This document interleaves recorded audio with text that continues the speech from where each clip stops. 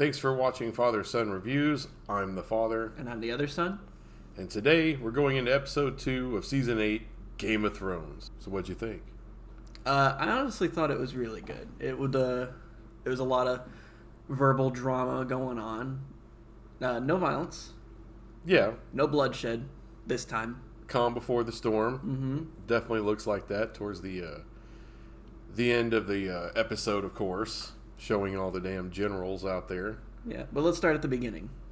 Right out of the gate, they don't pull any punches. It's Jaime in front of the council. I don't know if that's a full trial or just a hearing. Either way, it could be bad. He could lose his head. Yeah, I'd say it could, depending on how he acted, it could have gone either way. A good old Brienne of Toth comes in to save the day. Of course. Save his ass a little bit. He kind of deserves to get his head chopped off, but I think at this point, it's probably best just to go ahead and let him live since he can still swing a sword. He's still got one good hand. Yeah. Might be an unpopular opinion, but I'd say Jaime's redeemed himself. Yeah, which means he's probably going to die. Unfortunately. But he's going to serve under now Sir Brienne. Yeah. Or would it be Sir Brienne? Yeah, that's what they call her. Oh, okay. Is that okay? Sir Brienne of Toth. No longer whatever. No longer Lady Brienne, but Sir Brienne, which is one of the cooler scenes in the whole thing. I know your mom was crying. Yeah, that was. It's like, shut up, stop your crying, damn girl. That was probably like the coolest scene of the entire episode. Yeah, it was. It was pretty touching. It was pretty cool. It was cool that Jaime did it. You know, she actually has quite a bit of respect for him. Yeah. Of course, not at first, but definitely does. And kind of reminded you of some of the good things that Jaime did. And I think that wasn't just knighting Sir Brienne. I think it was also a reminder to the character of Jaime himself of the oath that he had given when he was knighted. Because, you know, he really lost his honor when he killed the Mad King. Yeah. Even though he did it out of necessity. He was the Mad King. He was killing everybody. And he wanted to kill everybody because he was mad. So there was a reason to do it, but he had to break his oath as a knight to protect the king in order to kill him. And, of course, became Kingslayer. And Giant's Bane. Tormund Giant. Yeah, Tormund. He calls him King Killer. Yeah. So it has been a dishonorable title for a long time. So in a way, that's he redeemed himself as a knight.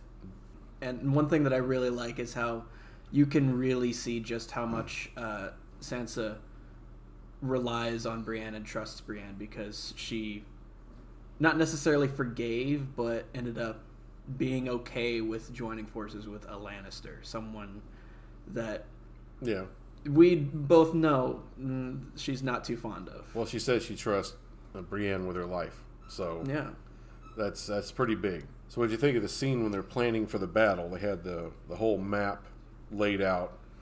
That was, I think, probably the craziest part that I saw was whenever you look at the map, they don't show the Night King's army at first, but as soon as they pan out, you see that the army takes up like half of the entire map. That's one thing. Well, they're that I thought outnumbered. was really cool. Very outnumbered. They know they're outnumbered quite a bit. 100,000 strong and rising. Right. Because they took over the Umbers too. Well, of course, Bran came up with the game plan to use himself as bait because the Night King's coming for him, and which kind of gives you a little more insight into the Night King, that he wants to bring about eternal night, destroy all life, erase its memory. And Bran, the three-eyed raven, is basically the memory of the world.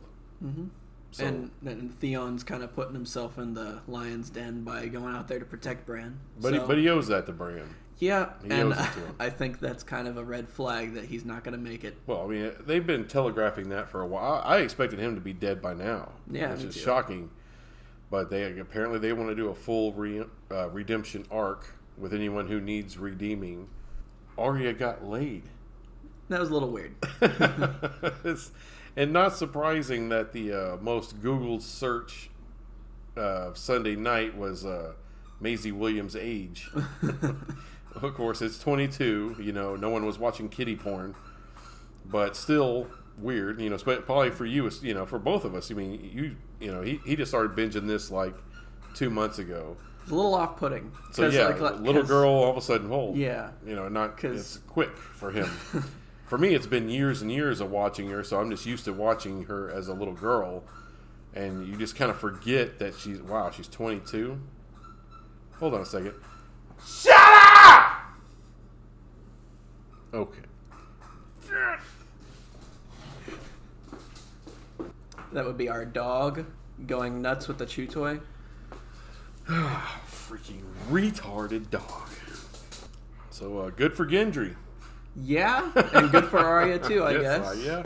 You don't know if you're going to see the next day. It was a tad awkward, but yeah, whatever, I guess. Because like, I binged the whole series in about a month, give or take.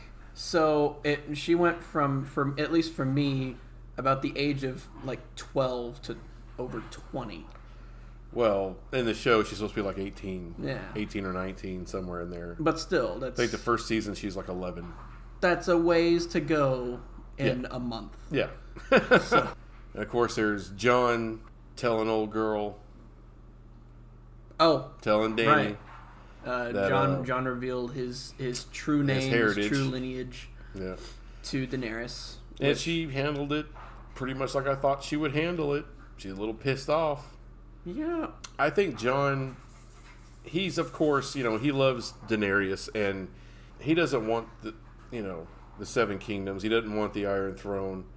But I think he's going to hold off a little bit on telling her that, just to make sure that she's not going to start frying people like old Pop. What was his name? Sam's father and brother. Oh, right, yeah. Make sure that's who the hell is old Pop? No, her dad, the Mad King. You kind of fried people. Pop? Yeah. Dude, whatever. You're retarded. And it's a very easy thing to do. Just say, baby, I love you. I don't want the Seven Kingdoms. I don't want the Iron Throne. I just want you, baby. And that's all it takes. She'll melt down. Oh, okay, I'll take it. And then that'll be it. If they're alive. I still think he might be a little bit duty bound, somewhat, to say that he might not necessarily. I'm not saying it's going to be episode 4, but I'm saying, I mean, good Lord, there's only 4 episodes left, so yeah. He'll throw that down relatively quick enough, and it'll all be good. And she'll be like, you know what, I love you. Let's get married because this is yours too. But he'll give her the big cheer. You had another Arya and the Hound scene with Eye Patch walking in there, and Eye Patch was on her list at one time. Sir Berenger or something like that. Eye Patch, his name? I don't remember. Dondorian, something like that.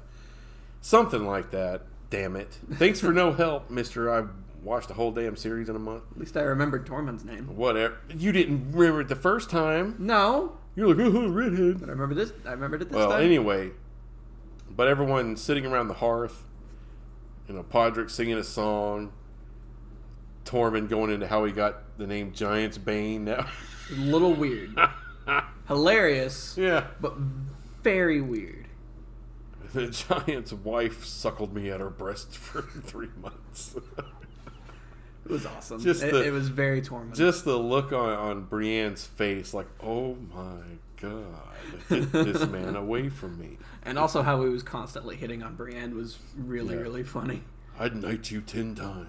Yeah. He ain't talking about knighting. It's not about knighting. Yeah, a little bit.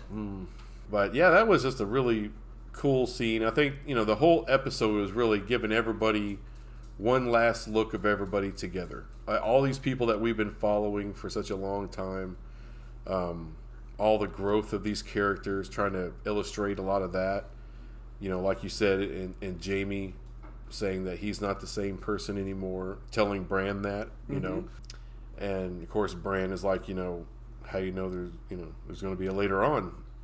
And know? also seeing how far Podrick's come, because like they, whenever they were training out on the field, they were saying how far he's come with his swordsmanship and all that kind of stuff. That's like the perfect thing to put to every character, that they've all come this far. Yeah. But, everybody got a little bit of shine in this episode. And I think that was the main thing, is this, because a lot of these people we're going to be saying goodbye to in episode 3.